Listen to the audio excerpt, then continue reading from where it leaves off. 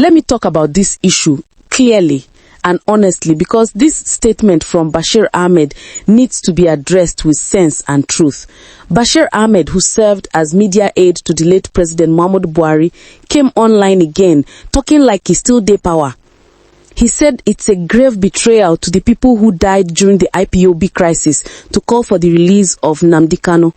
And he even claimed that he has never supported pardoning terrorists, comparing Kanu's case to Boko Haram. Now, wait first. This statement alone deserves to be unpacked, because this is where hypocrisy in Nigerian politics smells the loudest. Bashir Ahmed is talking about betrayal, but which betrayal is bigger than the one Nigerian leaders committed against their own citizens for decades? Let's start from there. He said his betrayal to the innocent lives lost in the southeast. True, people died. We saw the destruction, the burning, the chaos. Nobody's denying that. But let's also talk about why that chaos started. You can't pick one part of the story and ignore the foundation. People didn't just wake up one morning and start following Nnamdi Kanu for no reason. It came from years of anger, marginalization, and feeling like the Southeast has no voice in this country. That's the part he conveniently skipped. He compared IPOB to Boko Haram. My brother, that's where I lost respect for the whole statement. Boko Haram was a full-blown terrorist group, killing thousands across the north, bombing mosques, markets, schools, even soldiers. IPOB, whether you support them or not, started as a political movement demanding separation and justice. That's two different things. One group said, leave our land. Another group said, we want freedom. You can't put them in the same bag because they both cause trouble.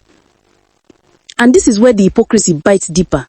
Bashir Ahmed said he has never supported pardoning terrorists, and I clap for that one. But then, where was that same energy when the same government was releasing Boko Haram repentant fighters, giving them clothes, shelter, and even rebranding them as rehabilitated citizens? Where was Bashir Ahmed that time? He didn't talk. He didn't say it was betrayal to the victims of Boron, Yobe, and Adamba. He was in Aso Rock, smiling and defending everything. But now that it is Nnamdi Kanu, suddenly he remembers that forgiving terrorists is betrayal. This is the double face that frustrates Nigerians. If we want justice, let it be for everybody. Don't use emotion in one case and politics in another. Don't cry for northern victims and mock southern pain. Nigerians have suffered across all regions, north, south, east, west. Boko Haram killed farmers and school children. Bandits burnt entire communities in Zamfara. IPOB violence took lives in the southeast. But the truth is, all of them are symptoms of a system that failed to give people hope. When Bashir Ahmed says it's betrayal to call for Nnamdi Kanu, I understand where he's coming from politically. But morally, the question we should ask is, has keeping Nnamdi Kanu in prison solved the problem? No. Every day, new anger is brewing in the east. The economy there is dying because of sit at home. Families are divided. Government buildings are under attack. So what's the gain in keeping him locked up when it only fuels more tension?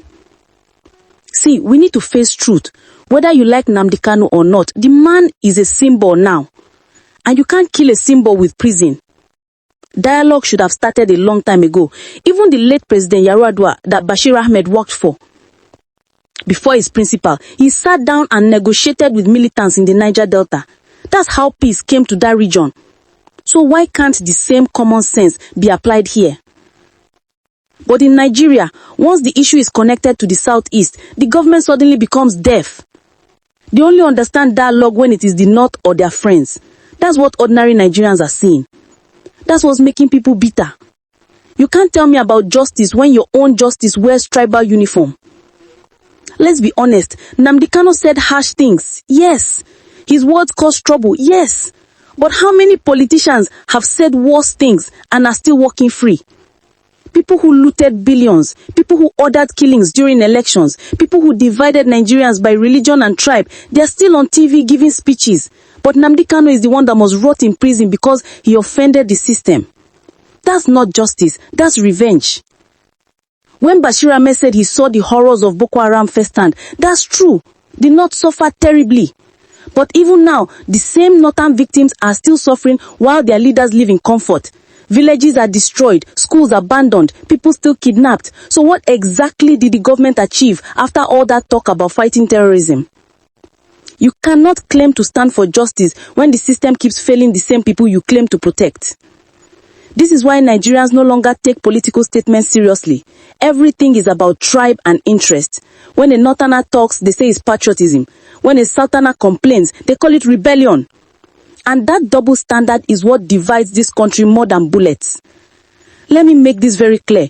Calling for Nnamdi Kanu's release doesn't mean you support violence. It means you want to end a cycle that's clearly not working. If we keep locking him up, the problem will keep growing underground. But if we sit down as a nation and face the truth, we might finally break the curse of anger and revenge. At the end of the day, the poor are the ones paying for all this drama. The market woman in Aba, the Okada man in Enugu, the farmer in Zamfara, all of them suffer the same insecurity, the same hunger, and the same hopelessness. But politicians are busy fighting for power and pretending they care about justice. That is the real betrayal.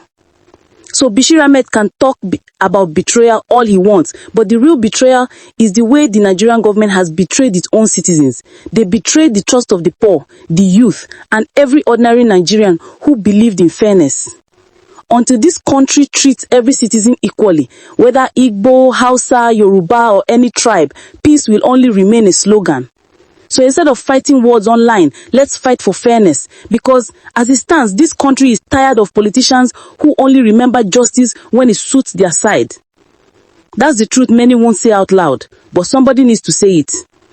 What do you think? Drop it in the comment section. For more political stories and breakdowns, like, share, and comment in the comment section. Until next time, stay informed and stay engaged.